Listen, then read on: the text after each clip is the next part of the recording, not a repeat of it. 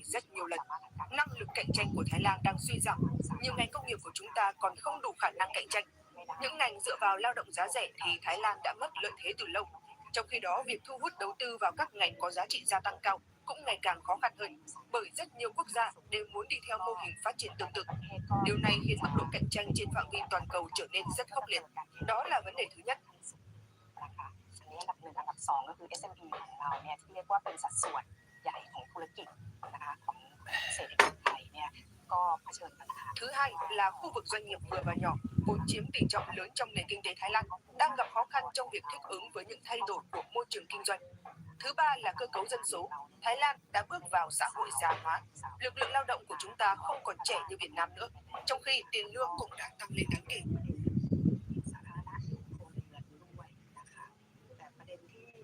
Ngoài ra còn có những vấn đề về nợ công và nợ hộ gia đình. Một điểm khác mà tôi muốn nhấn mạnh là tính liên tục của chính sách. Hệ thống chính trị của Thái Lan và Việt Nam khác nhau. Việt Nam có một chính phủ thống nhất và có thể kiên trì thực hiện các kế hoạch dài hạn trong vòng 10 đến 20 năm. Trong khi đó, Thái Lan thường xuyên thay đổi chính phủ hoặc có những giai đoạn mà sự ổn định chính trị không được duy trì bền vững.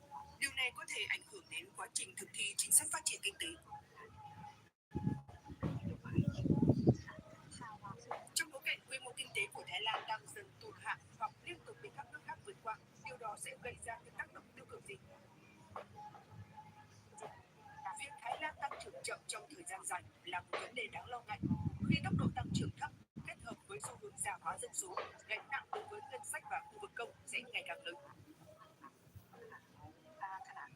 Nền kinh tế Thái Lan chỉ tăng trưởng khoảng 2% mỗi năm, trong khi các quốc gia khác tăng trưởng trên 5%, thì sức hấp dẫn của thị trường Thái Lan xét về quy mô kinh tế và khả năng thu hút đầu tư sẽ suy giảm tương đối.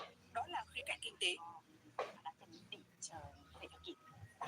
Còn ở góc độ chính trị quốc tế, vai trò của Thái Lan trên các diễn đàn khu vực như ASEAN hay trên trường. Vậy đối với người dân bình thường, chẳng hạn như nhân viên văn phòng đang theo dõi chương trình này, việc Việt Nam vượt Thái Lan ở những chỉ số như vậy có đồng nghĩa rằng người dân Việt Nam đang sống tốt hơn hoặc giàu hơn người Thái hay không? Nếu quy mô nền kinh tế Việt Nam tiếp tục mở rộng và chính phủ tiếp tục triển khai thành công các chiến lược phát triển đã đề ra, thì tất nhiên mức sống của người dân cũng sẽ cải thiện theo sự tăng của nền kinh tế. Ngoài ra, có một điểm tôi quên đề cập khi nói về thành công của Việt Nam. Chính phủ Việt Nam không chỉ có chiến lược rõ ràng và duy trì tính liên tục trong thực thi chính sách, mà còn chú ý đến rất nhiều chi tiết cụ thể.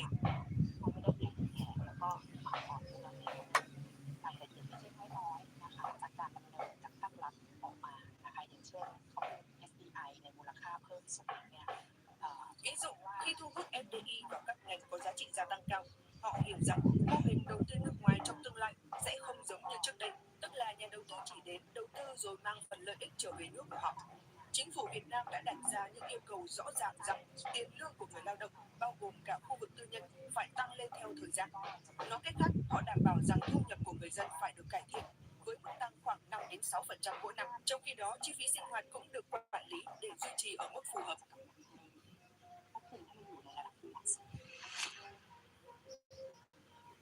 Sẽ tăng trưởng mãi mãi hay là chắc chắn duy trì được đà tăng trưởng một cách bền vững? Những gì tôi nói từ đầu đến giờ mới chỉ là một mặt của nền kinh tế Việt Nam. Ở phía còn lại, họ vẫn đang phải đối mặt với rất nhiều thách thức. Chẳng hạn như vấn đề bộ máy hành chính trồng chéo. Đây là vấn đề vẫn còn tồn tại cho đến ngày nay. Ngoài ra, giá đất và giá nhà ở tăng rất mạnh. Có những giai đoạn giá bất động sản tăng tới khoảng 40% mỗi năm, khiến nhiều người dân không có khả năng tiếp cận nhà ở. Đó là một bài toán lớn. Bên cạnh đó còn rất nhiều vấn đề khác mà Việt Nam vẫn cần tiếp tục giải quyết trong thời gian tới. Trung tâm nghiên cứu Casicon có đánh giá về tốc độ tăng trưởng tiềm năng của Việt Nam và Thái Lan hay không? Hiện nay con số của hai nước là bao nhiêu? Đối với Việt Nam thì tôi không chắc con số mới nhất. Còn đối với Thái Lan, tăng trưởng tiềm năng có lẽ đã xuống dưới 3%. Nếu chúng ta không cải tổ mô hình kinh tế, tốc độ này có thể tiếp tục giảm dần trong tương lai, chỉ có thể còn khoảng 2%. Mức tăng trưởng 2% có đáng lo ngại không? Thực tế, Thái Lan đáng lẽ phải tăng trưởng cao hơn mức đó. Vấn đề là chúng ta cần điều chỉnh mô hình phát triển kinh tế để theo kịp những thay đổi của thế giới. Ta có thể đề xuất những giải pháp giúp Thái Lan nâng cao tăng trưởng tiềm năng hay không? Ngoài Ngoài những vấn đề đã được nhắc đến như nâng cao năng lực cho các doanh nghiệp vừa và nhỏ, thì còn có vấn đề về môi trường kinh doanh. Các quy định, thủ tục và khung pháp lý cũng ảnh hưởng trực tiếp tới sức hấp dẫn đầu tư. Và cuối cùng, điều quan trọng nhất vẫn là chất lượng nguồn nhân lực. Giáo dục chính là một trong những vấn đề cốt lõi mà Thái Lan cần ưu tiên giải quyết trước. เรื่องของการศึกษานะคะอันนี้ก็น่าจะเป็นประเด็นหลักๆที่น่าจะต้องทำก่อน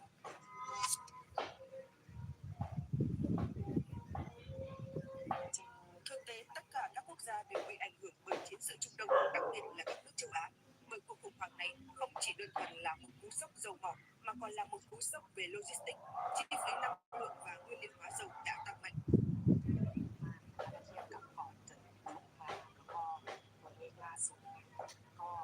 Nếu so với thời điểm trước chiến tranh, giá dầu thô và nhiều nguyên liệu hóa dầu hiện đã tăng trung bình khoảng 50% tùy từng loại nguyên liệu. Tuy nhiên, nếu hỏi liệu tình trạng thiếu hụt nguồn cung trên diện rộng đã xảy ra hay chưa, thì hiện vẫn chưa đến mức đó, với điều kiện xung đột không leo thang thêm hoặc không có thêm các cuộc tấn công vào cơ sở năng lượng.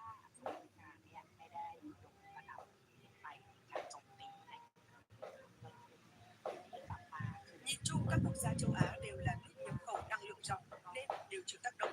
Nếu hỏi liệu điều này có để lại những vết sẹo dài hạn hay không, thì đối với Thái Lan, chúng ta vốn đã có những vấn đề cơ cấu từ thiện ngày càng thường xuyên, thì nền kinh tế sẽ càng trở nên mong manh hơn. Do đó, điều có thể giúp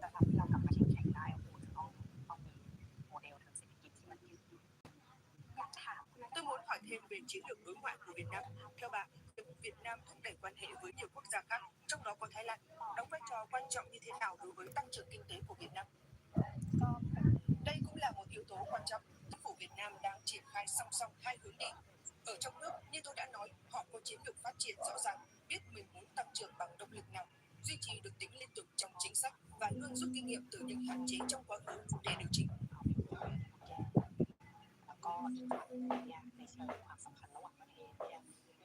Về mặt đối ngoại, Việt Nam cũng chủ động thúc đẩy quan hệ với các nước trong khu vực ASEAN, cũng như với Nhật Bản, Trung Quốc và Hàn Quốc. Điều này góp phần nâng cao vai trò của Việt Nam trên cả các diễn đàn khu vực lẫn quốc tế. Việc mở rộng quan hệ đối ngoại cũng tạo điều kiện cho hợp tác thương mại và đầu tư phát triển mạnh hơn.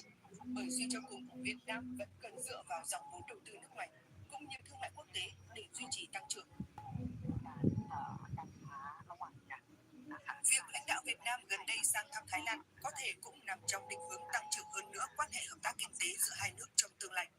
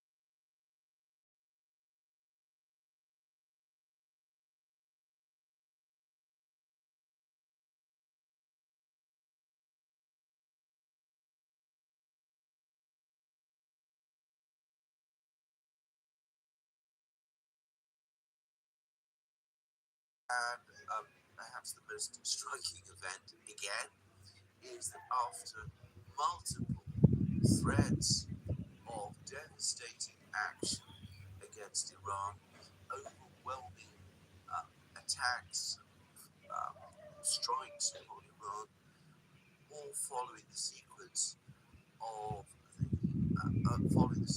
attacks that happened after the still largely unexplained downing of the Apache helicopter. President Trump did that which he continuously does, which is that he pulled back from attacks, said that a deal was about to happen with Iran, and left us all again wondering about what comes next. I don't know how often this has happened now. Glenn Greenwald did a post on X about this very thing, but I myself have not been able to keep count of the number of times Donald Trump has taken us to the brink ever since the uh, period on the eve of the ceasefire back in April, when, as I remember, he appeared to threaten to wipe out the entirety of Iranian civilization. Anyway, he has taken us to the brink repeatedly and then pulled back repeatedly. And always, of course, there's been movements in energy markets, and always one gets the sense that some are doing very well out of these movements and perhaps have inside information assisting them in relation to these movements. But anyway, there it is. The Iranians deny that a deal is imminent, something which they also have consistently done. And to say it straightforwardly, I see no evidence whatsoever that there is a deal imminent at all. As far as I can tell, the two sides remain as distant from each other as always. Anyway, all of this appears somewhat remote from where I am here in Russia. Here, of course, in Russia, it is the war in Ukraine that remains by far the most important event. Though I have to qualify that immediately by saying a few further things about the situation here. I have been in Moscow, I have been in Pskov, I've been in Pskov for several days. Pskov, in some respects, could be called a frontline city. It is located very close to the border with Estonia, and it has, as I said, military connections which go back centuries. It's the sort of place which you would imagine, given that it is roughly on the front lines, would be exposed to some level of attack from Ukraine, drone strikes, or something like that. If one were transported here and one was not aware that there was a war going on in Ukraine with Russia involved, there would be no sense that this country is actually at war, that is immediately visible. One does not see large numbers of men in uniform, certainly not large numbers of armed men. Security has been tightened. You can see this in many places, and one gets, sometimes one is asked to show one's passport or identification documents. But in Russia, when one has been traveling in Russia, this has actually always been the case to some extent. Perhaps the requests are made somewhat more often and have become more intrusive, but not to any extraordinary degree. And the guards and security people remain polite. Economic activity continues as normal. The shops are full. There's no shortage of gasoline. Um, there are very few public signs about the war. I've seen one or two posters that referred to particular officers who have been in the war. I'm not sure what they are exactly, whether they're intended to be recruitment posters or perhaps they might be intended to highlight particular individuals in the special military operation in the run-up to the elections which are taking place in Russia, parliamentary elections, which are taking place in Russia in a few months' time. So it may be that it's to some extent connected with that.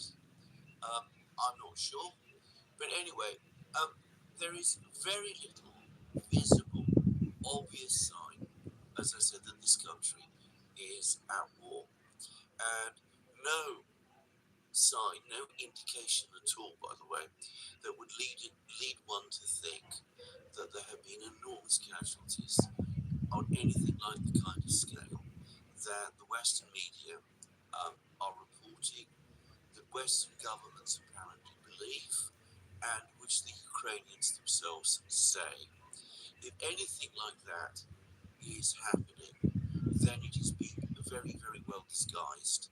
And I wonder whether that is even possible to disguise losses of that kind of scale to this degree. So, overall, this does look like very much like a country in peace, though this is a deceptive impression when you do talk, especially with elite people, people who are involved either in decision making at some level or perhaps on the periphery of decision making or in media commentary, then obviously the war is a continuing topic. Now, I have to say that the people that I have been talking to are absolutely clear that the war must continue until victory is achieved. I've not noticed any wavering in the demand that that victory be achieved. It could be the case that I am meeting people here in Russia who are predisposed to those views, reflecting perhaps the attitudes of my hosts. But then last year, I attended a much larger conference in St. Petersburg of lawyers, and essentially the sentiments there were very similar, if not identical, about the war to some of the sentiments that I have heard here. And I wonder whether, despite claims that have been made in the media in the West, there has actually been that much change. About discussions of Russia's future direction, here I do detect some differences. There are certainly some people who have different views, very different views, about how Russia should develop after the war, after the war is won. No one here seems to have any doubt, no one I've spoken to seems to have any doubt that the war will be won. But as I said, about Russia's future direction, about how it should develop, and the direction in which it should go, yes, about that, I do get the sense that there are some very important discussions taking place, but that is something I'm going to discuss in more detail, perhaps when I return to London. Anyway, that's my general impression of the overall situation here. To repeat once more, a superficial impression would be that this is very much still a country in peace. In many respects, it is a country in peace. I said that there are few visible signs of the war. Compared again to the monuments, commemorations you see everywhere of the Second World War, of the Great Patriotic War, as it is always referred to here in Russia. I mean, the conflict in Ukraine is invisible. But beneath the surface, discussions do take place. But this wavering, these doubts about the war that some people are talking about, of that I see no sign. Well, on this issue, the Russian Foreign Ministry spokesman has now discussed the 5-point statement that the European powers and Zelensky issued following the meeting which took place a little while ago. This was the meeting that was supposed to reach out to the Russians and begin negotiations. And um, the foreign ministry spokesman was utterly scathing. She pointed out that the Europeans not only want a ceasefire, but they demand the deployment of European peacekeepers to Ukraine um, and security guarantees for Ukraine. And they say that the sanctions will remain in place and the assets will still be frozen until the Russians pay reparations to Ukraine. These are, from a Russian point of view, utterly ridiculous proposals, and to say it straightforwardly, they are detached from reality. And the spokesman also pointed out that these are the same proposals the Europeans have been making for at least 3 years. She reminded everybody of the series of meetings that took place mostly in Switzerland, though there was one in Saudi Arabia, which began in 2023 at the height of Ukraine's offensive in Zaporozhye region, the offensive which the Russians completely defeated, and an initiative to support Zelensky's so-called peace plan for the unconditional surrender, in fact, of Russia. Well, Zakharova pointed out that some of the points made in this EU, Ukrainian, UK statement appear to echo some of the sentiments in that utterly discredited and failed diplomatic process that the Biden administration launched back in the summer of 2023 and which the Russians totally rejected. And, well, that the Europeans, in effect, and the Ukrainians are simply not taking no for an answer. Instead, they still appear to want to prolong the war. That is the real purpose of making these fantastic demands. Prolong a war which they and Ukraine are actually losing. And, well, one can also sense some degree of bafflement on the part of the Russians that demands like this continue to be made. I have to say, even more realistic Western politicians still seem to me to have little grasp of the overall realities of the situation.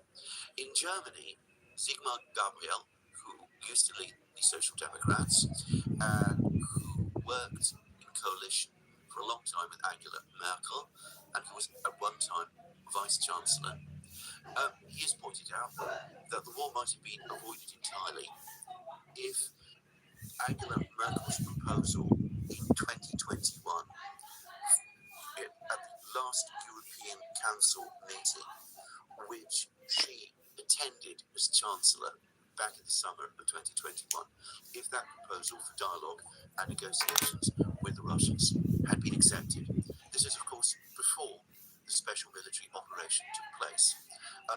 Gabriel made the entirely valid point that all the European leaders, apart from Macron, strongly opposed the initiative for negotiations with the Russians.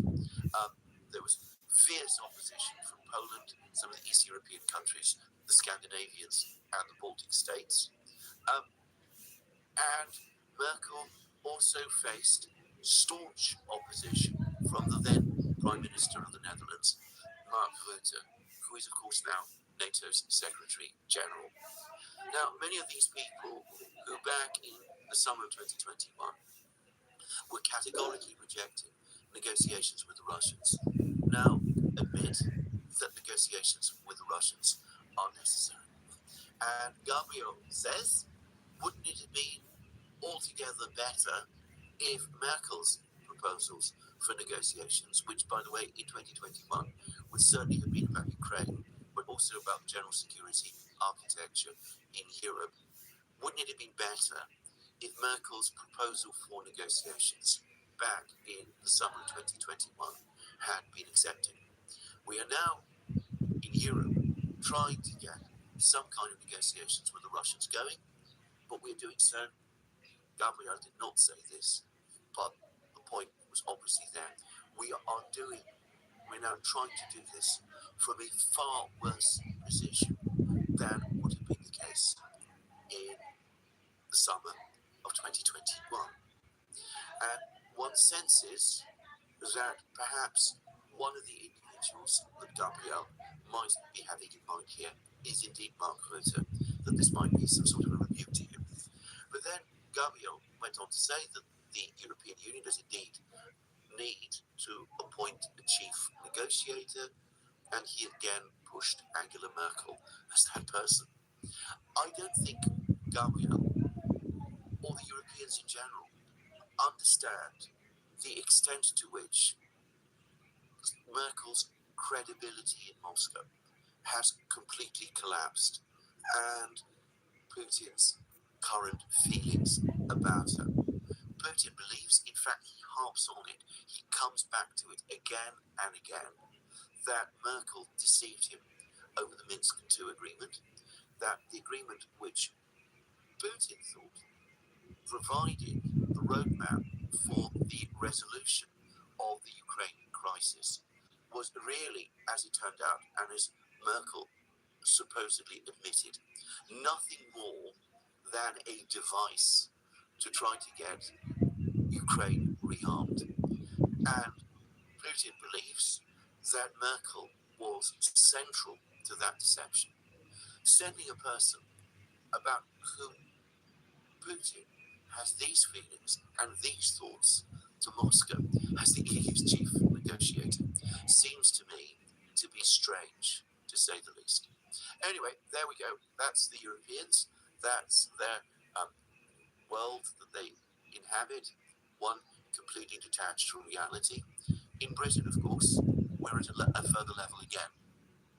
Keir Starmer, the British Prime Minister, has of course been at the forefront of support for Ukraine, and as I've discussed in many parts, many videos, he has gone out of his way to embrace the Zelensky curse on numerous occasions Chào Lê by Hồ positioning himself TV. as Chào buổi sáng mình Zelensky's nào.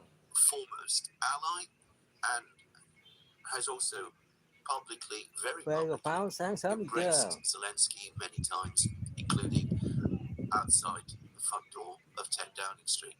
Anyway, what Starmer now finds is that he is in danger of being outflanked by the even more pro-Ukrainian lobby than he himself is.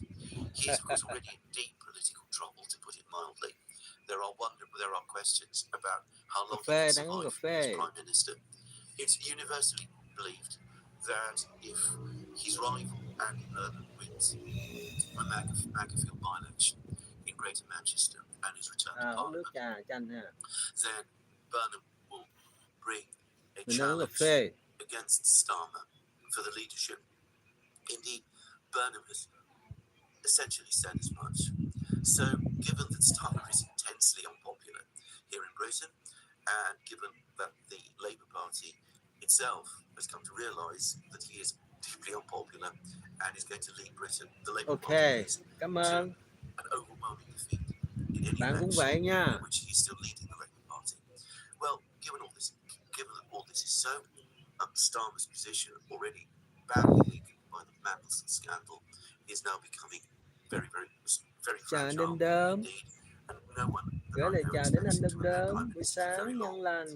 But, well, he's now had to face the public resignation of his Defence Secretary, John Healey, and the Assistant Defence Secretary, Mr. Carnes, about whom I know very little, except that he is a former Cảm ơn soldier, ngón tay đẹp của cô and both Lê. of them resigned from the Ngón tay government, đẹp của anh and Đom both of them Đóm. are complaining that the reason that they've resigned is because Britain Dạ is cảm not ơn. spending Chúc enough anh on nhiều sức khỏe. defence. They want billions more to be spent on defence, Chúc cả nhà mình basically buổi so that sáng thật Britain an is lành. in a better position to fight Russia, or, as they say, to deter Russia.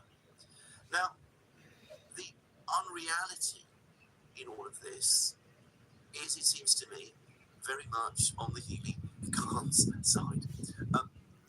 Anybody who looks at the situation of the British Lê economy, Phụ TV chào anh Đom the British Đóm. public Buổi sáng finances, vui vẻ an lành. in British industry, the state of British industry, would have to concede that the kind of massive rearmament program that they want, carried out over a very short period of time, is completely fantastic and unsustainable. There have been Anh Đom suggestions Đóm that chào Lê Phụ the TV. funding Chúc sức for khỏe this nha anh. project should be achieved by pooling resources with the Europeans, by floating some kind of massive bond, defence bond, with the Europeans on the global financial markets. This supposedly would fund a new massive defence program in Britain. Of course, doing that will bring Britain, in effect, back into the European Union in a certain way. Đây là quán Britain is cà no phê longer Xuân at Vườn. with the European Union, then, well, it is no longer detached from the Quán cà European phê Union Xuân Vườn đấy. in the way that it was. So you could say that this is also part of a plan, in effect, to Chào ba cô gái. to reverse Brexit. It would be Messenger bữa nay sao sử dụng không được em ơi. But none of this, of course, takes us away from the fantastic nature of this plan. Lê Firstly, for Phụ there to be debt pooling, cảm the ơn anh Đom Germans Đóm. would have to agree. The Germans so far Chính xác. have not agreed. In fact, they have repeatedly said that they do not agree. And so what the people who advocate this plan in Britain are advocating is a plan which so far does not exist. So far moved beyond first base. That is one thing. The second is, of course, that ultimately what is being proposed is that Britain, France, Lê Phụ TV Spain, chào all of the ba rest cô of the gái. EU Chúc sức khỏe, rearm vui at the vẻ, an expense of lành. Germany, because nobody should be in any doubt that it will be the Germans who will carry the major burden of this debt. Germany, of course, is already piling on debt in support of its own rearmament program. For Germany, Ba cô take on gái the debt chào of the anh whole of Phu Europe Lê. Chúc sức in khỏe, order to vui vẻ, an lành. enable Europe to rearm, I am confident will not be popular amongst German taxpayers. If you want to turbocharge the IFD, I can think of no better way. So that's the second thing. But the third is that this is, again, a completely fantastic project. As I have repeatedly pointed out, the problem with European disarmament, rearmament, is not absence of money. Already the sums that are being spent are enormous. The total European spending on defence is, I believe, actually greater than the American. It is the lack of a technology and industrial base to manufacture weapons on the scale Chúc needed cả nhà một to buổi achieve sáng an that lành, vui rearmament. vẻ, hạnh phúc. So, without that technology and industrial base, which would take at least a decade, probably much longer, to rebuild, all talk about rearmament is a fantasy. One would have to rebuild Quý shipyards, vị đem đi theo đi. factories, one would have to set up Điện thoại laboratories, design these cái gì weapons, đem theo one would xài have to đi train engineers TV and ơi. skilled workers Lê Phụ. to make them. One would have to source the machine tools, work out Uống cà the phê rồi supply xài sử dụng chains. đi. This is an enormous project that no European government seems to want to acknowledge or appears to have any kind of expertise in. If Healy and Khan's were to get their way, Britain would increase its debt, welfare spending would probably be cut, and there will be very few weapons at the end of the process. We would end up essentially in the same position that we are in now. The reality reality is that the Russians can Đi increase biển đồ vui weapons nha. production very Lên commonly. video đẹp It's quá clear trời they luôn. can do the Ba same. cô gái They're lên able video to đẹp do quá it, em ơi. and as I can see now that I'm here, they're able to do it Sáng sớm without ra them coi hai cái video ấy mắc experiencing cười. any real Mưa hả? Đang stress. dưới mưa à? There are none of the signs here that one would associate with an actual war Messenger economy bữa nay what sao people xài không constantly được claim Russia is. There's no signs of rationing, cares about, worries bị trục about chặt cái gì allocation nữa. of resources. There appears to be an abundance of everything. Yes, it Messenger was Messenger xài overheated không được. in Cái này 2024. sao cái This largely was the vô ứng product dụng of an nó mất out tiền. of control Bấm investment hoài nó không có lên. which has now been dissipated by the high interest rates. The Russians can scale up production. They can do so much more.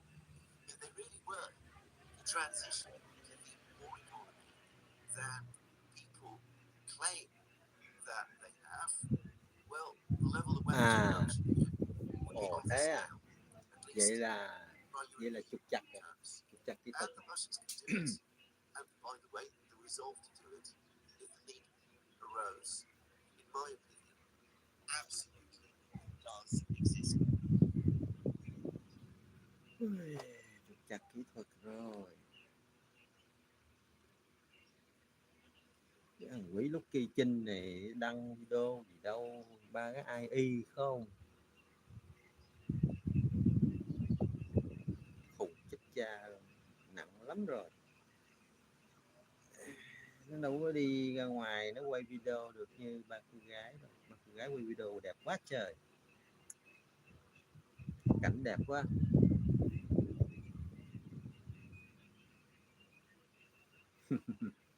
Để phụ ti vui vui nha.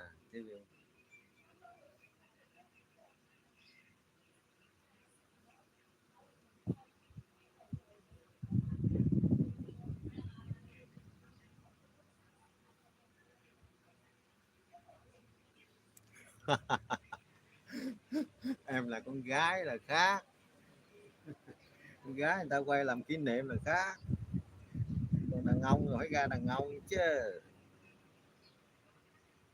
Con gái người ta phải quay vậy mới đúng chứ, đàn ông người ta phải quay khác, đàn bà gái phụ nữ người ta phải quay khác chứ.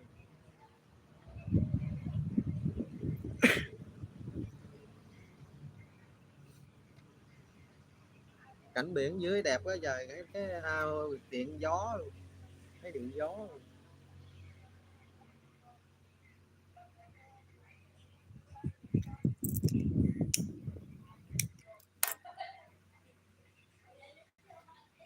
Biển đẹp, biển giống biển Long Hải, biển Long Hải với Vũng Tàu yên lặng.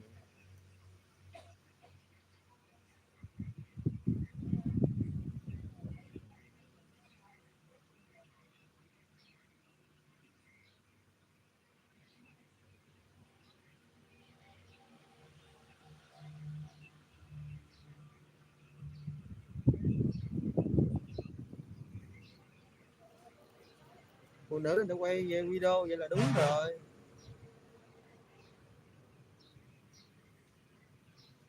quay video đẹp cái trời, ai quay được, ai quay được, quay vậy là quá hay rồi.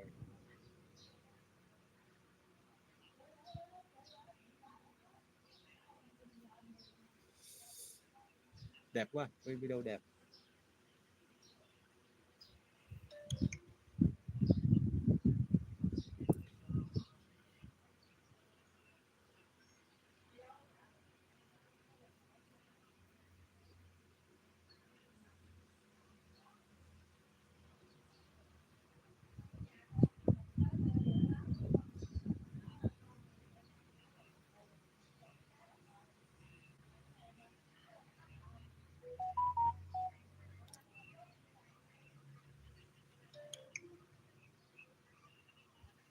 Nhưng mà không có quay đâu, không quay phim đâu, quay dưới đó phải quay phải cam mới đẹp, quay phải cam á, đầu tư vô phải cam vô mới đẹp.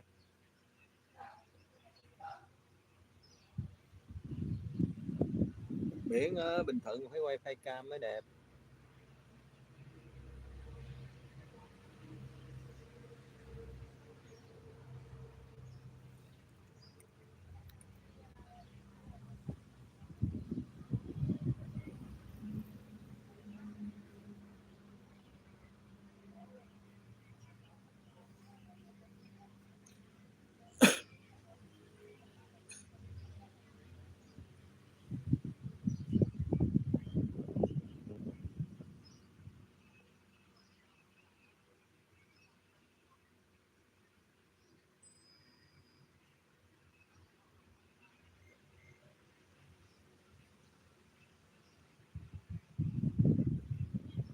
Ờ,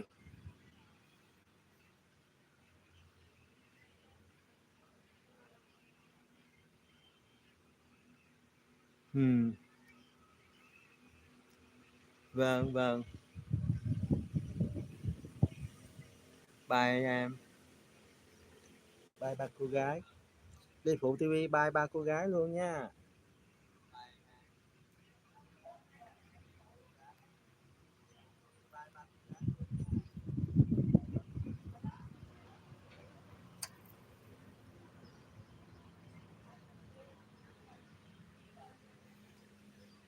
Cảm ơn ba cô gái. Cảm ơn anh Đom Đóm, cảm ơn Lê Phụ TV.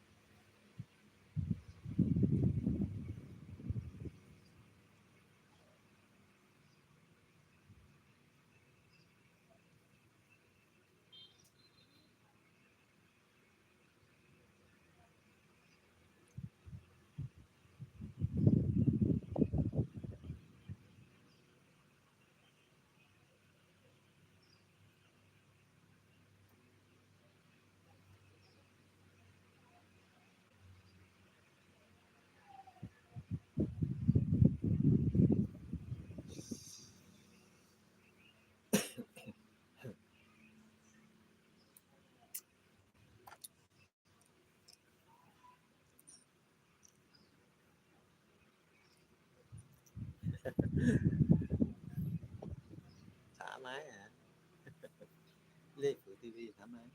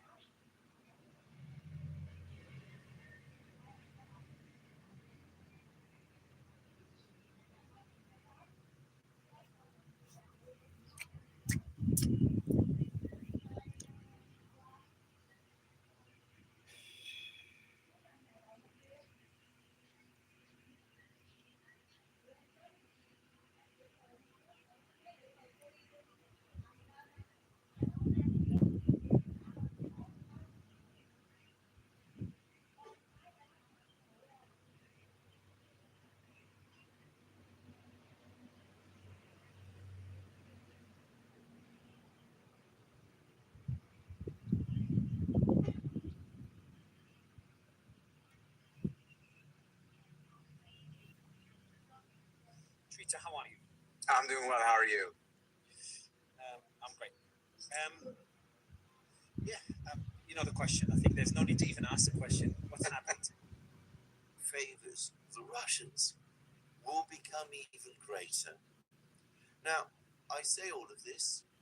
Of course, all of this is happening even as the Americans continue to pull out of Europe.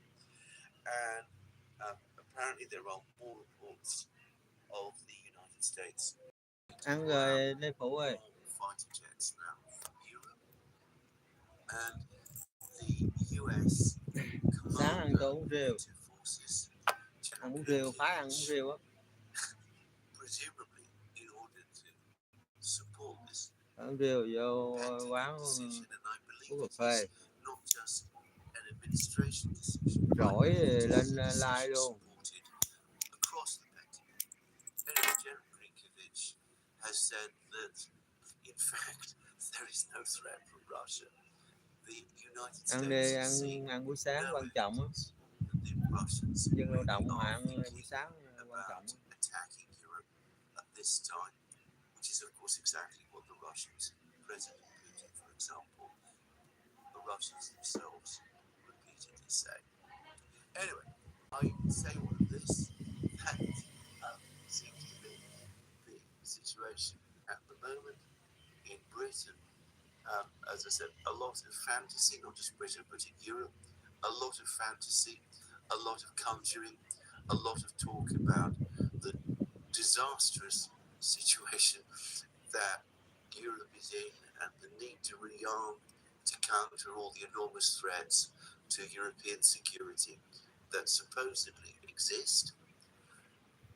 One way to deal with the real problem of an Mì actual war gói với that trứng is vịt taking place và 2 con tôm. in Ồ, Europe, ăn which tiêu would be chuẩn to cao nha. negotiate with the Russians in a serious way by making realistic Ăn vậy proposals, là making chùm thiên hạ luôn rồi. proposals, finally Ăn vậy là quá đã rồi. acknowledging that the best way forward for Ukraine would be for it to become neutral and to see its armed forces reduced. Ở chỗ tôi bán bún riêu ăn ngon. Well, that sort of thinking, of course, in Europe does not exist, and I don't expect. Buổi sáng rất quan trọng. Anyway, Mình ăn buổi sáng á, my xong cái mình có thể bỏ bữa trưa, mình chỉ ăn buổi chiều thôi, hoặc là mình nhậu chơi cũng được, đúng không? Còn mà không ăn sáng là tiêu sinh mạng mình luôn. Bây giờ buổi sáng rất quan trọng. Nói đúng rồi đó, buổi sáng. And I'm going to wrap up what is going to be a particularly short video today. Mình lớn tuổi rồi mình phải ăn sáng, Firstly, our own friend Andrei Marodsko says that the Ukrainian army has withdrawn from the village of Stary Karavan. Bao tử nó hoạt động 2 giờ là đúng rồi. Rồi mình đi bán. This village, which remains in the grey zone, but their advanced units have now penetrated west of Stary Karavan. Now, if so, that must mean that Liman is indeed about to fall, because the Ukrainian forces in Liman, with the Russians located essentially in their rear, if they don't retreat from Liman very soon, they're going to be, it seems to me, chiều lên 6 giờ vô chầu nhậu. The Ukrainians are going to experience, the Ukrainians are going to run into a situation where there is đúng bài luôn ha. basically another cauldron. I expect the Ukrainians to withdraw from Liman any day now, with the town probably already mostly under Russian control, falling fully under Russian control fairly shortly. And we've also had a very interesting bây giờ mà muốn kiếm Lê Phụ là lên live là thấy Lê Phụ liền. that the individual who I consider to be the finest war reporter of the war, who is Marat Khairuli. Now, he has recently published a report in which he says that the Ukrainian garrison from Konstantinovka, which was defending Konstantinovka, has largely withdrawn from the town. That there is only basically, from what I can see, a rear guard left holding positions in the north of Konstantinovka, and that the Russians are continuing an envelopment process around Konstantinovka, which makes the withdrawal of that rear guard also inevitable, or at least very plausible. He also appears to suggest that the battle for the neighboring town of Druzhivka, which is, in my opinion, essentially a suburb of the larger town of Kramatorsk, the major town in the tại vì southern mình đâu có BKT đâu conurbation, that the battle of BKT mới Druzhivka sợ, has in essence already begun, mình đâu có suggesting that BKT there's đâu not going to sợ. be any operational pause, that the Russians are going to move straight from Konstantinovka into Druzhivka, Không ăn pressing thua. northward towards Kramatorsk itself. Well, that is Chơi lâu lắm rồi, mình không có vô Lê Phụ ha, mình không có vô lưu với Lê Phụ TV ha. Tối nay đi, tối nay mình vô đáp lại cho tối nay ha, lên like bấm chuông rồi tối nay mình vô video nhạc à, bây giờ cũng chơi nhạc nữa hả? Chơi nhạc nữa hả? Được hay không vậy?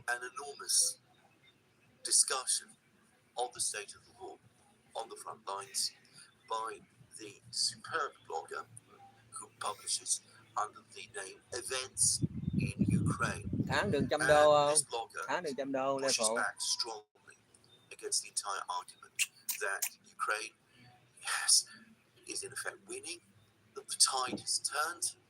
He goes into a deep dive about the actual situation on the front lines, and he pushes back strongly. Bồ lãnh tiền YouTube tháng được $100 không?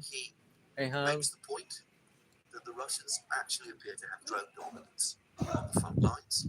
The Ukrainians have indeed been attempting to interfere with Russian logistics on the Novorossiya highway. I've already discussed this in several programs and have said that, in my opinion, the effectiveness of Ukrainian drone attacks on that highway has been overstated, and that the logistics of the Russian army have been mostly unaffected. Mình thấy cái gì á, mình bổ sung góp ý vô để cho bồ làm ha, góp ý cho bồ làm. Which housed a famous painting of the Russian army thì làm đặng mình có bạn bè, mình có khách hàng, mình làm nghề á, mình có khách hàng.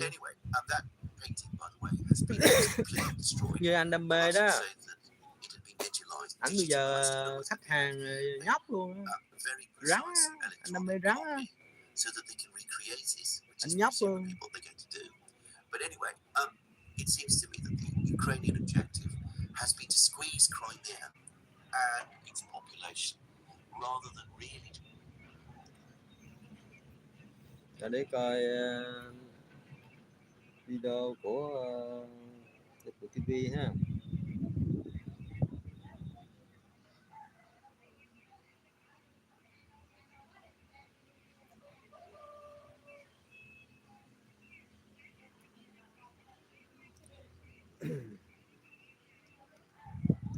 Quá trời kênh đăng ký, nhiều kênh quá trời, biết nằm đâu.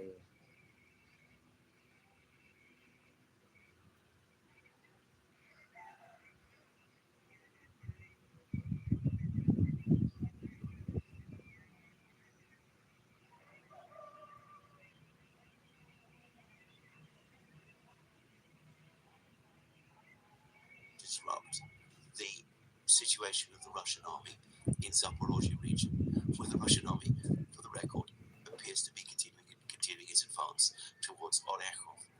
So, this blogger, Events in Ukraine, is more skeptical about all these claims about Ukraine successfully disrupting Russian logistics. He says that the Ukrainians would need to increase their drone interceptions of road and rail traffic by orders of magnitude beyond what they're doing at the moment. But on the front lines, the Russians have drone dominance. He doesn't discuss much in this program, by the way, the situation, the overall situation in the sky, the strategic bombing, if you like, between Russia and Ukraine. And he discusses the Chào situation Park. in some Hello Park. Good parts of the front morning. line. He's Good focused morning, very Rulut. heavily on the situation Thank you around the so town of much, Dobroglia, which my lies friend. to the west, the Slavyansk-Kramatorsk conurbation. He does so, basing his accounts on How are Ukrainian you, bloggers, Park? who, by the way, I notice, continue to insist that the Ukrainians maintain some footholds in the town of Rodinska, which the Russian Defense Ministry claimed some weeks ago that the Russians had captured. Yes. Anyway, even these bloggers, or at least the blogger that the various bloggers that Events in Ukraine is relying upon, and these are Ukrainians, all of them talk about a steadily deteriorating situation on the front lines. A Ukrainian army that is overstretched, overextended, which cannot hold positions, and which is gradually, remorselessly being pushed back, and which is becoming increasingly shocked by the extent of the Russian heavy bombing with the FAB bombs, which are now systematic.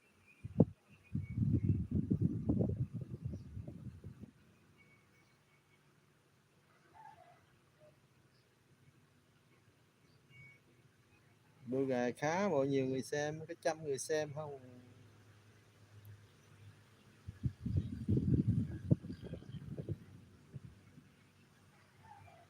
Các bạn đừng có tặng like cho con chó dơ bẩn này nhé.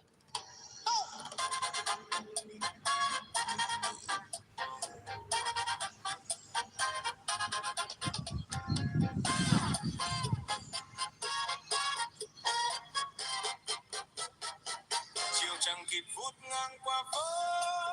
Tôi biết mà, dạo này ghét tôi dữ lắm rồi. Tôi ra video đâu có hẹn tin cho tôi đâu.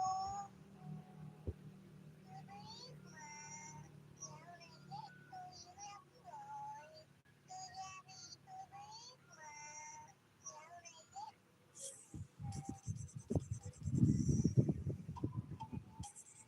Tôi biết mà. Mày làm gì mà trông buồn vậy? Tôi biết mà. Mày làm gì mà trông chú chó đã bị lạc mất 1 năm có hiện tượng yêu thương về nhà. Thế thì Chris lại khẳng định đây không phải là chú chó của tôi. Chú chó này có bộ lông trắng. Này là sọt. Sọt. Thường thôi.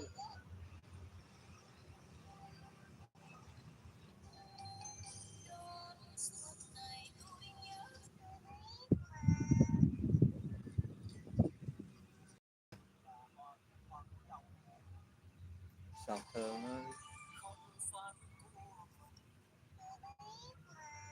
Đơn giản đi, cái gì bắt quy đi.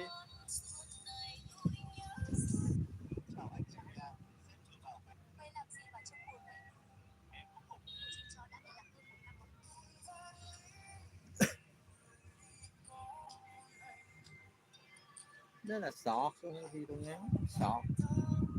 Video sọt nó khác, video kia khác. Video 3 phút, 5 phút nó khác. Cái này sọt.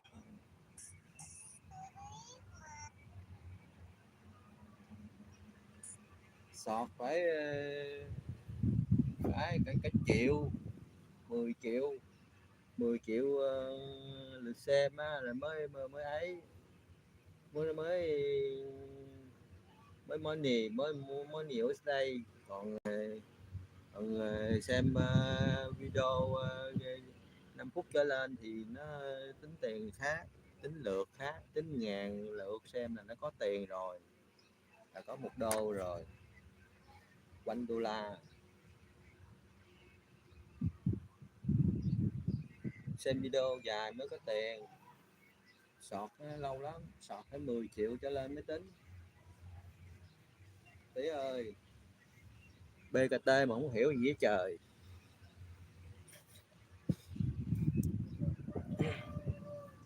Bồ không gành bằng tôi đâu.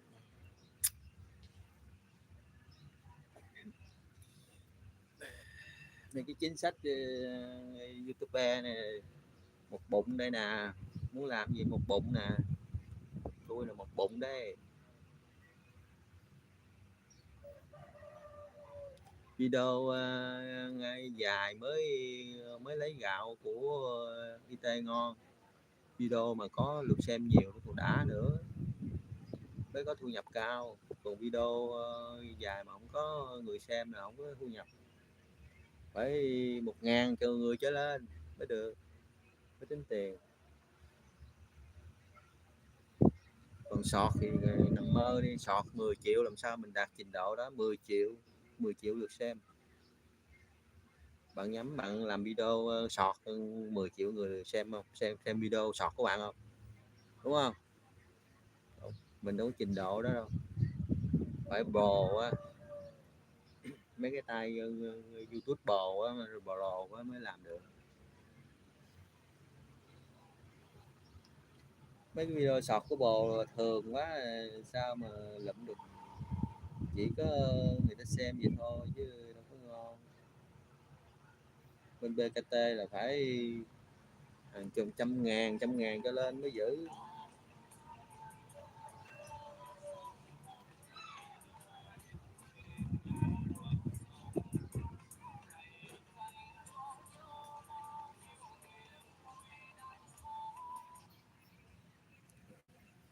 Còn bạn like á, bạn like bên BKT á, là bạn like á, là nhờ donate, chỉ có donate thôi, với lại người ta tương tác, người ta subscribe bạn á, bên like á, like tiếp giao lưu á là kiếm khán giả.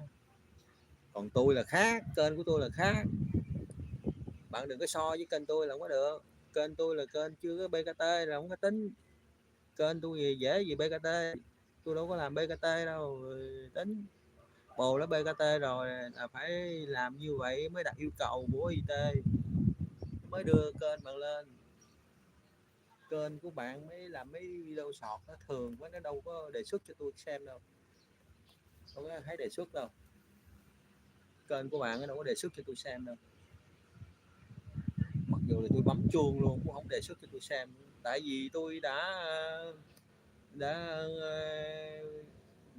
gợi ý cho tôi là những cái video nào tôi thích, tôi bấm gửi IT rồi IT nó biết ý của tôi nên nó đưa những cái video đó, cái trình độ đó xem, nó mới đưa cho tôi coi. Tại vì bên kênh của tôi coi là không có không có quảng cáo, kênh tôi không có quảng cáo. Kênh của tôi á, ThanhPhamSala là không có quảng cáo, tôi coi là không có quảng cáo. Coi không có từ Bắc tới Nam, kênh nào nước ngoài vô cũng không có quảng cáo, không bao giờ có quảng cáo. Bạn kiếm quảng cáo thì do bạn, bên kênh bạn có quảng cáo thì chuyện của bạn thôi, chứ tôi không có quảng cáo. Tôi xem là không bao giờ có quảng cáo.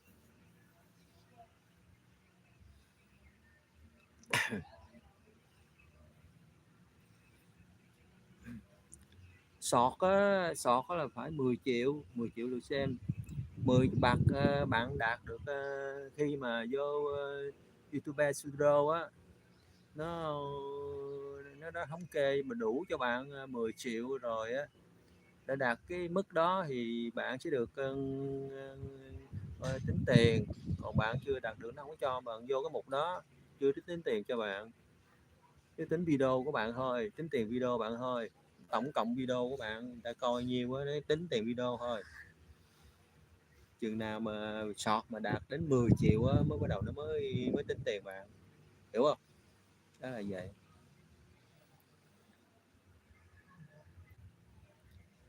Mấy kênh lớn á, làm mấy cái short hay á, được xem nó nhiều, hàng chục ngàn trăm ngàn lên lẹ lắm.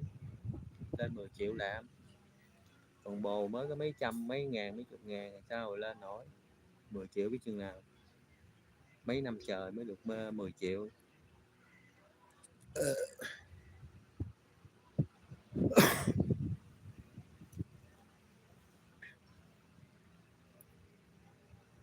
Mai thầy Phước chủ mình có một cái video nha, mình có một cái video mà nó hơn 1.000 lượt xem thôi là mình lụm tiền cái video đó hoài luôn, mình kiếm tiền được cái video đó hoài luôn, một cái video thôi là mình kiếm tiền được của IT luôn, đưa mình lên hoài luôn.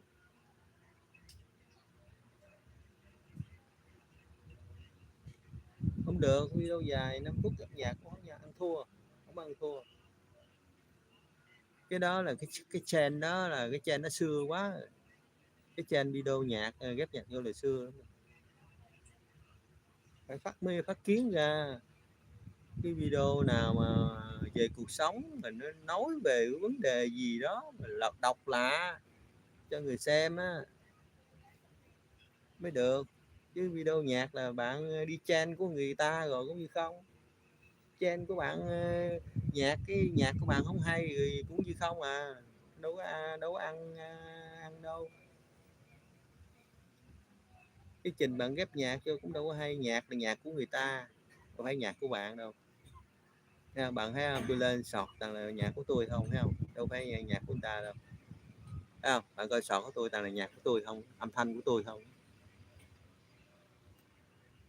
bạn giờ đi kênh với tôi là âm thanh của tôi không phải âm thanh của người ta đâu, âm thanh của mình nữa nó mới tính tiền nhiều, còn âm thanh của người ta là nó trừ tiền ra hết, hiểu chưa? Nhạc em sáng tác bạn sáng tác thì nó in hình bạn, hiểu chưa, thì bạn sẽ được tính tiền, còn nếu mà bạn lấy nhạc của người ta là bạn bị trừ tiền, trả tiền bản quyền đó, vậy đó.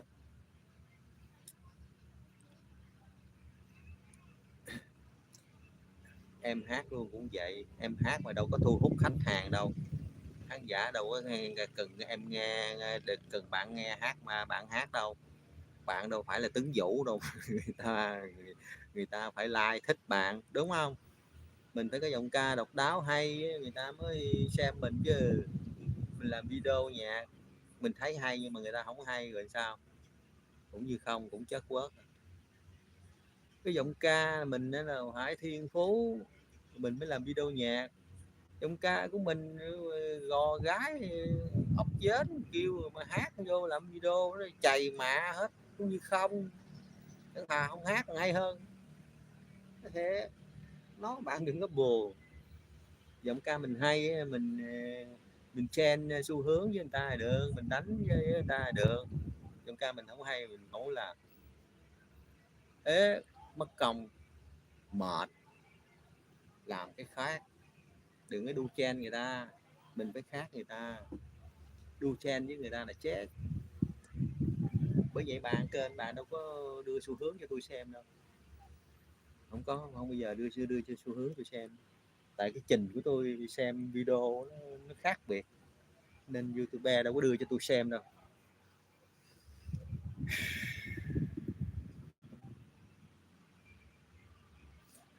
Hay đâu mà hay, bây giờ mà tôi biết rồi, tôi nghe sơ sơ là tôi biết rồi, hay là nếu mà video bạn hay là IT nó đề xuất cho tôi coi rồi tía ơi, tại bạn làm video nó không có đạt chuẩn nên nó không có đưa cho tôi coi, hiểu chưa,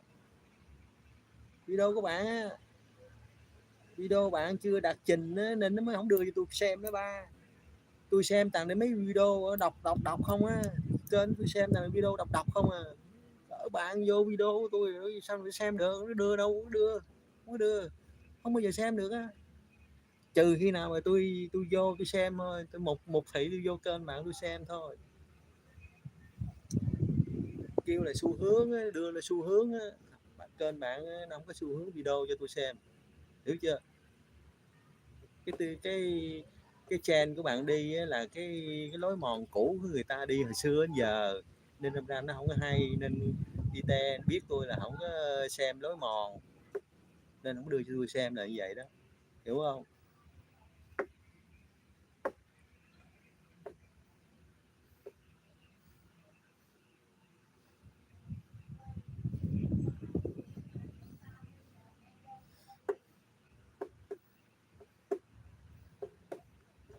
Tôi xem rồi. Video bạn cái gì đâu mà hay đâu. Nếu mà hay là IT đưa cho tôi xem rồi tía ơi.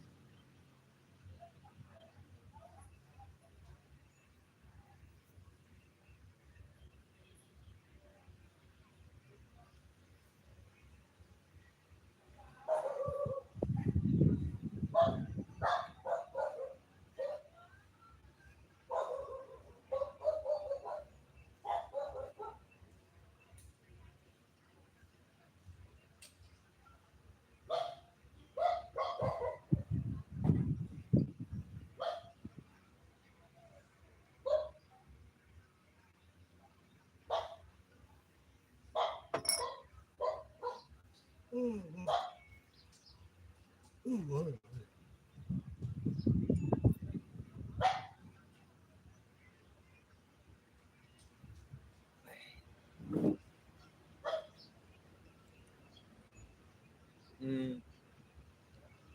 góp ý bình luận. Ok.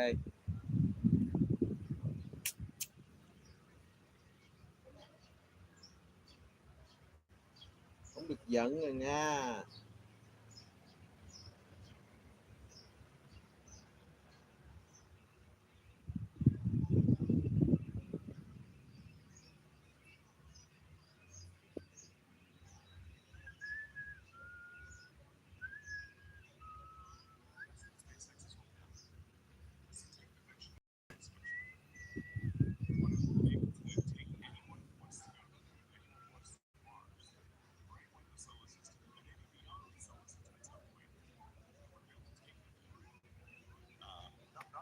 Not just a few astronauts. I mean, you.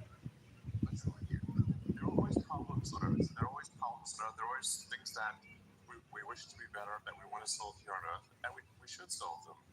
But they also have to be things that get you excited about the future, that make you glad to wake up in the morning, because you can't wait to see what happens next. This is my video update on this Friday afternoon, June the 12th, coming to you from Athens, Greece. Let's talk about some news. And before we get started with today's news stories, let me say a quick thank you to everyone that is liking this video. Thank you so much for smashing Video mới nhất that hả? like button. Thank you to everyone that is subscribed to this channel or will subscribe Video mới to nhất this hả? Có channel. nhạc hả? Thank you for helping this channel grow, and to everyone that is obliterating the hype button. Thank you for obliterating the hype button. It Giờ feels này coi có good được. to obliterate Coi the hype. coi kênh là So nó đánh bản quyền hết chứ. let's talk about. Yeah, we're gonna have to talk about the. Tôi xuống tôi coi được. Peace deal. Got a peace deal according to U.S. President Trump. That is what he is saying to all of the media. The war with Iran has ended. That is what he is saying. By the time this video goes up, the war with Iran will have restarted. And by tomorrow, it will have ended. But no, seriously, Trump is saying that the war with Iran has ended. Coi video với nhau rồi nó bạn đang tương tác với tôi mà coi của bạn là ấy đó, hiểu chưa? Không có đùa ha, không có đùa ha. The signing has not been announced. He actually posted this on Truth Social. Time and place of the signing of the announced to be announced shortly. Time and place of the signing to be announced shortly. Việt Nam với Việt Nam là tiêu sinh mạng đó bạn. Along with the announcement that Đâu có biết đâu. Cũng sắp xuống rồi. Nửa tiếng nữa. Cái này là 2 tiếng, nửa tiếng. Nửa tiếng à, là nửa tiếng nữa xuống rồi. Ok. And he was even hinting at taking Kar Island, pirate group. But that got called off because of this deal that had been put together by Pakistan and Qatar. There are reports which also believe that the countries in the Gulf region are also telling Trump these big strikes. So we're going to have a big attack into Iran, and then everything not only got canceled, but we got the announcement. Cảm ơn nha. Bạn chơi đẹp tôi chơi đẹp bạn à. Now, if you go to Axios' reporting, the Islamabad agreement is very short on details. Not many details in the Islamabad agreement. Go off of Axios reporting, which allegedly Trump is going to sign. that Iran has pretty much agreed to. And according to Axios, we're talking about the 60-day ceasefire vậy đi. that will be put into effect the day that the agreement is signed. We're looking at the opening of the Strait of Hormuz. Đường dài còn gặp nhau hoài mà. No tolls or any fees or anything like that. And Bạn cũng comment mấy kênh của tôi đó, comment cũng hay nữa, tôi comment tôi đó, tôi sẽ đưa ý kiến cho bạn để bạn làm cho. Tại vì bối cảnh ở dưới vùng bạn ở nó làm video được, bối cảnh ở dưới đó làm video được.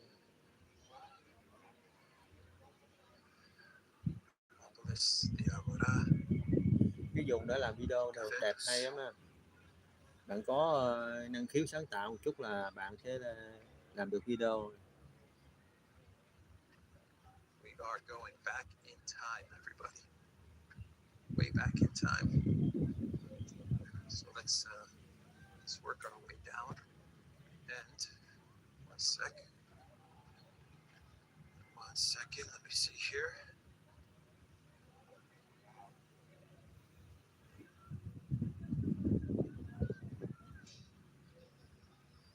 The Temple of Hephaestus. Now, that is number 5. That is where we're going to go. You guys see number 5? On here, there's 3, 6, 7, 6. 7, 6, and 5. That's where we're going to. Anyway, it's burning up. I'm burning up here. Let's make our way to. This is 5. This is where we're going to go. Right here. That's where we're going to go. Okay, so that's how Axios is framing everything. If you go to Iranian media, they're putting a whole lot of details as to what is contained in this MOU. And there is no way the United States and the Trump administration is going to agree to what is being put out by Iranian media as to what this MOU contains. We're talking about the U.S. paying $300 billion in reparations. We're talking about the U.S. leaving the area, committing to leave the area, to not interfere in Iran's internal affairs, lifting the blockade. Hormuz will be open, but will be controlled by Iran. Sanctions will be lifted. The U.S. will unfreeze $24 billion Iranian assets, half of which will be released upon the start of the nuclear negotiations. So at the beginning of the 60-day ceasefire, we will get for the $24 billion. Everyone can use their analytic math to calculate that. And just about everything on the Iranian media list for the deal is something that the Trump White House, at least publicly, will reject. And as far as what Axios is saying, well, there's really just not much to what Axios is saying as far as what this MOU is about. And that's what we're dealing with. An MOU, memorandum of understanding. In other words, we've may come to the point where Iran and the United States will actually start negotiations based on an MOU, which is not the strongest of documents or agreements.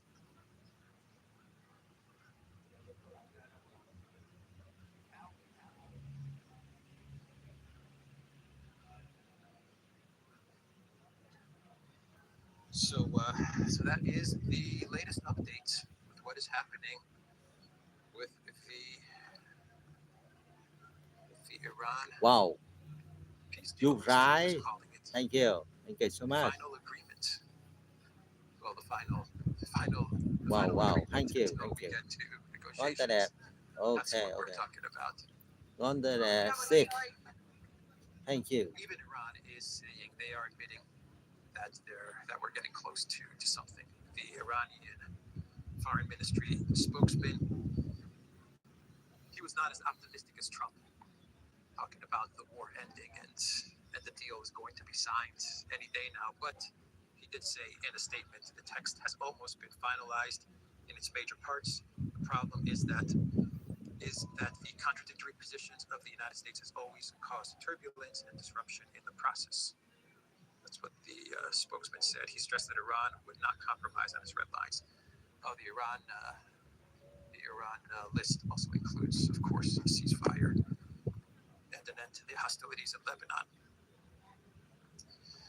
You know, I look at Axios and then I look at the Iran, what Iran has published, what the Iranian media has put out, and they're so far apart, so very, very far apart. Okay, we're gonna walk down that way, but definitely want to get another look. Okay, okay. Chú ha. Hey, thank you. So I think I've covered everything with this story. By the time I publish this video, I'm sure everything will change. But what can I do? It changes by the hour. The Trump-Iran narrative, but it does 25 feel phút. as if we're making some progress, maybe perhaps. 25 phút là Anyway, để anh. we can now move on. Để anh trai. We can focus on Project Ukraine. So we're going to have a NATO meeting in Ankara, I believe, the big NATO meeting, which will take place in June. I want to say June 18th or June 20th. And during this big NATO meeting, with all the prime ministers and presidents and leaders of the collective West, including Nekopinter, he will be in attendance. We will get a big ask from Green Goblin. We are talking about 20 billion. He wants 20 Okay, billion. okay. So Surprise. let's start. One. Okay. Thank you so much. Thank you. Interest-free, never needs to Thank be you, paid back Level TV. loan. Thank you. From the European Union. We've got Surprise. 70 billion that NATO has said that they will also Yeah, hand over yeah. to the Cảm ơn bạn nha. Politico, the Gopinvet, during this Cảm ơn, cảm NATO ơn. get together is going to ask for another 20 billion on top of all of that, on top of the 90 billion, on top of the 70 billion. He wants another 20 billion, and the plan is going to be to approach the NATO member states and ask them to contribute anywhere between Họ 2 chủ billion trì. Họ to chủ trì. 6 Họ billion. chủ trì. That is what they are going to ask for from NATO member states, anywhere between 2 billion to 6 billion. And before everyone freaks out, for the people that live in NATO member states, I'm right now in Greece. Greece is a NATO member state. They contribute a whole lot to NATO, almost more than any other country, just about. And at least with the percentage of GDP. So before everyone flips out with what Zelensky is asking for, I just want everyone to know that Nekopinver is very flexible with the payment terms. Okay, he's very, very flexible. So no need for the NATO member states to be stressed or in any type of worrying about the ask from Nekopinver. According to Ukraine, they will accept. 1 second, let me get the quote. They will accept the money, flexible on terms, and accept it in aid or a loan. That's what I wanted. That's the direct quote. It can be paid as aid or a loan. and a loan is 100% rock solid. It's going to get paid back. Okay, so if you put 2 billion or 6 billion, I don't know, maybe the United States will feel generous and put all 20 billion, or maybe the UK will feel generous. Keir Starmer 008, or it's the E3. Maybe the E3 will say, okay, take the 20 billion, the Goblin van. That money needs given as a loan. We'll get paid back. No need to worry. Zelensky's good for it. It's great. Right, but no, yeah, it's the rest of it. You like it, I owe you. I like you, I owe you. I owe you. Mr. Blackrockers, I owe you 6 billion euros. Here you go. I didn't give it to you. There's nothing to worry about. Nothing to worry about. Anyway, all right. So that's going to be his big ask. And the funny part is that the way they're justifying this 20 billion is so that they can finish off Russia. The title from Politico is Ukraine to ask for 20 billion to make Russia burn. Kiev wants to raise the money by the NATO anchor summit, claiming otherwise Russia may regain the initiative. Ukraine wants an additional 20 billion from its allies to cement its temporary advantage over Russia, a senior Ukraine defense official told Politico. The argument that they're making is that they're hitting Russian drones. The initiative is because drones are hitting oil facilities while not decreasing the actual output of Russian oil. Actually, Russia is now selling more oil than ever before. But anyway, that's how they're defining battlefield initiative through drones. Okay. Meanwhile, you have the Russian military now controlling around 80% of Konstantinovka. You have the Russian military moving into the center of Liman. The Russian military is also looking at Sumy as well. They're now focusing more on Sumy and according to the funding requests, it's Latvia is a pretty battlefield initiative. They have the initiative and they have the advantage.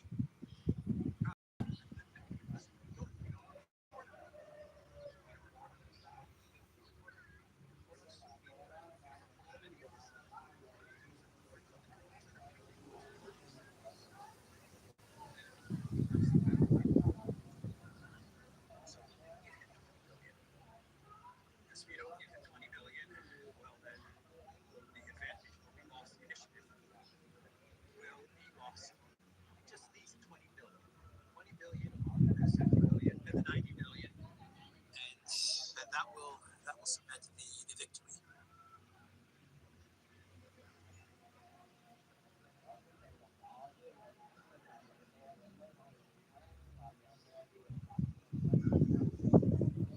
Okay, we'll do a loop around this.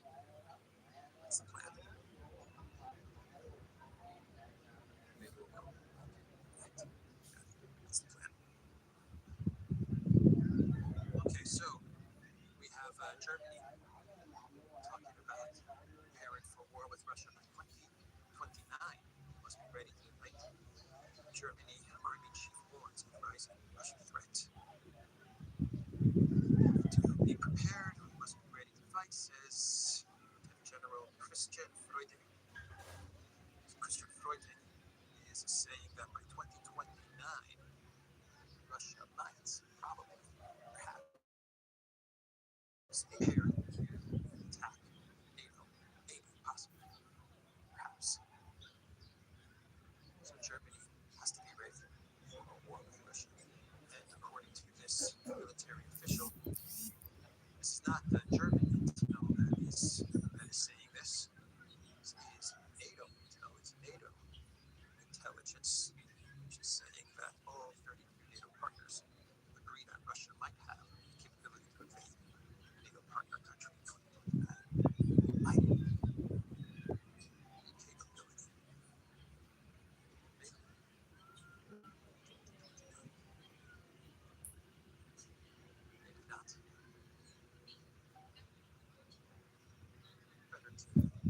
it's as if you're, kind of Germany, but in a place.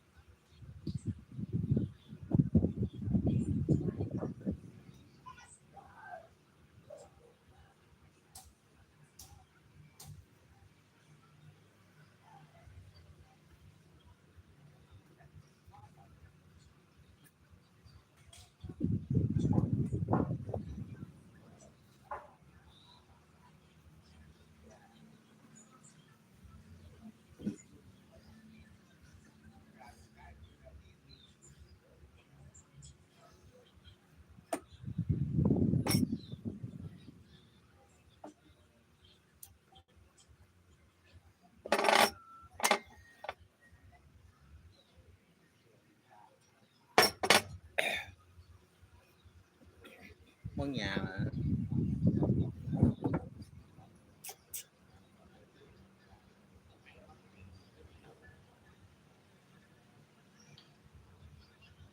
Nằm phức ở trong đây mà tao đâu phải nằm tiền, nằm ngoài lộ mới cất máy luôn đi. Xuống bây giờ 5 phút nữa, 10 phút nữa xuống giờ. To the military and the political elite. Yeah, that's probably the correct Let's be the case. Let's get all the money handed over to NATO and the weapons producers and the politicians. BlackRock's vanguards. Just to be safe, just in case Russia does decide to Ukraine is moving their production, their weapons production, and everything they had in the east, according to The Economist, now moving everything to the west. This is what The Economist is reporting. All of the production, not only weapons and military, all of the industry that was prevalent in the east is now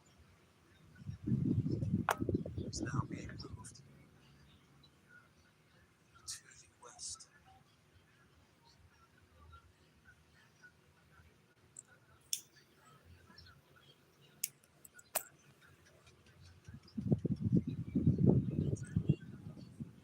Which is quite a revelation from The Economist when you think about it, because if there's a stalemate, if Ukraine has the initiative, as Zelensky is telling us, why do they need to evacuate everything to the west? Doesn't make any sense, does it? You have the battlefield initiative.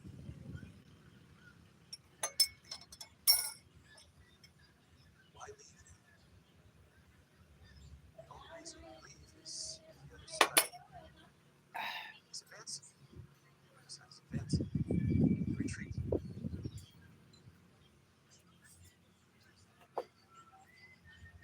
The other keys numbered.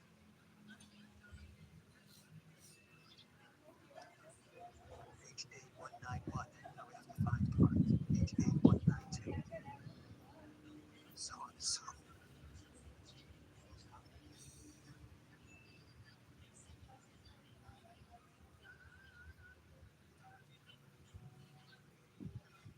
We continue. This might be a long video because we're doing some sightseeing. Let me do an update on some stories that I covered over the past couple of days. Let's start things off with the drone, the naval drone that went off in the port city of Constanta in Romania.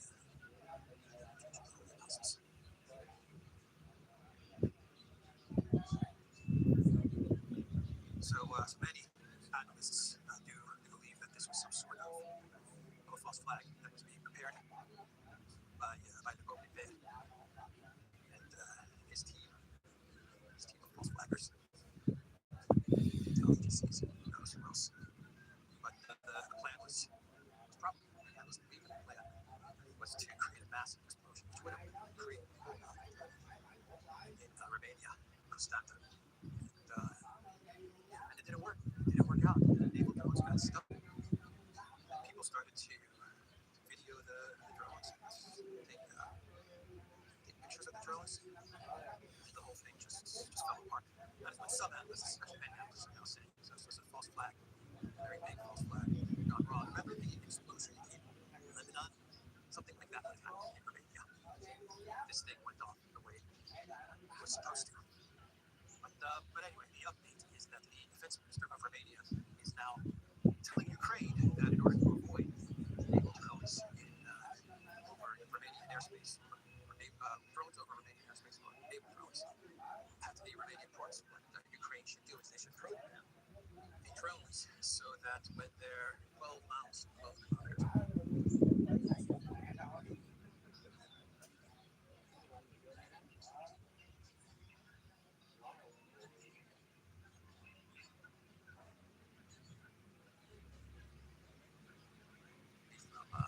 from Romanian territory, they shut down, they deactivate.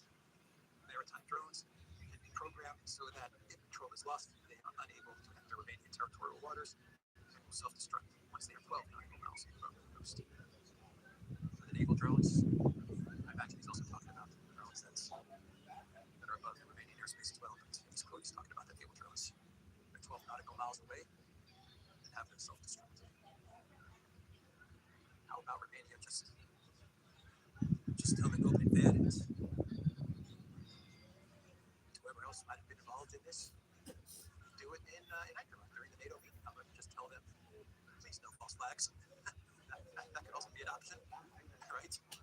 If you launch false flags like this against Romania, we're gonna be upset. Very upset. You might strike back. That could also work.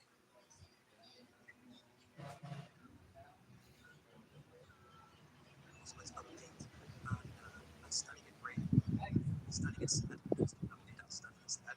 Hanya Callus was black to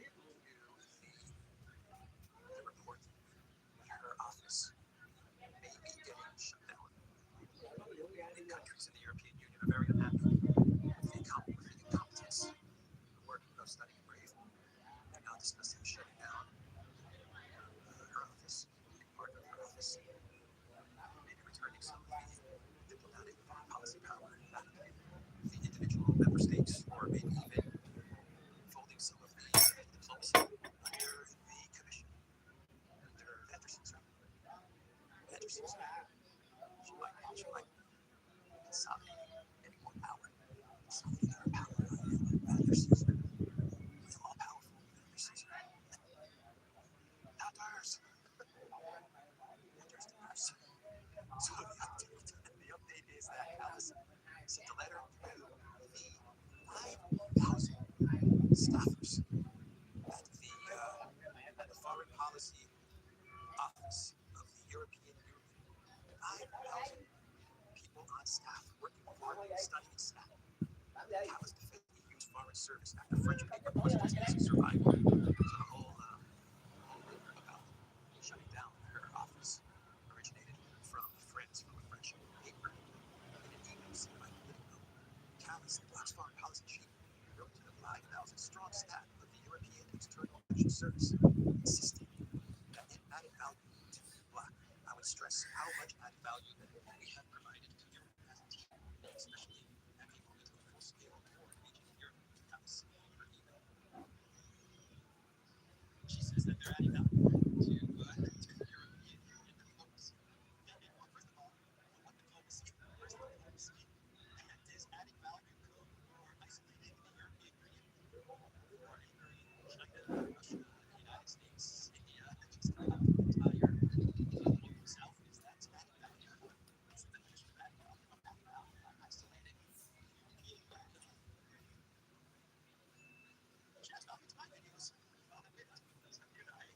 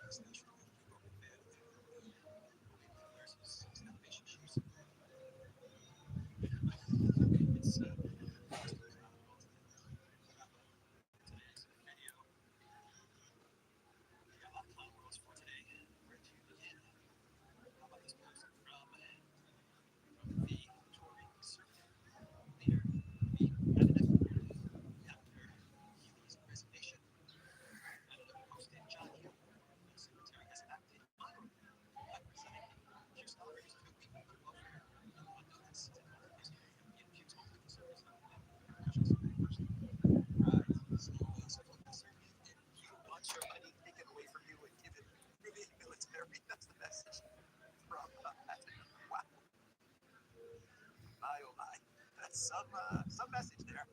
You know, if you want your welfare, your pensions, if you want all that money, your taxes increased, whatever. If you want money in your pocket, take it out of your pocket, give it to the military. I'm gonna do it. How to prepare for 2029 for a possible, probable, maybe perhaps Russian invasion of NATO. But staying with England, and we have reports that during the World Cup, some areas in England are telling fans to not display the flag of England. Advice against displaying a national banner has been issued ahead of the World Cup. Some councils in England have advised residents not to attach the national flag to St. George's Cross in public property, citing safety rules, community cohesion concerns, and the need to maintain a welcoming environment. Local media have reported that the World Cup started yesterday, right? And I believe England plays Croatia on the 17th. So no flags during the World Cup. The purpose of the World Cup was so that you can show your flags. You know, wear the jersey, wave your flags, support your country, and you know that. What are the fans supposed to do? What happens when England wins? What happens? Oh, we won. Oh, not a flag. Oh well. Okay, everyone. All right. From Build, we have this will be the final cloud world story, which says that Putin's economy is in its final stages. Okay, so the economy. So let's go out. Let's go up in that way. So the Russian economy is in its final stages, according to Germany's Build. Putin is in his final stages, according to other publications. According to the Wall Street Journal, Putin is going to live forever. So take your organs. Take your pick.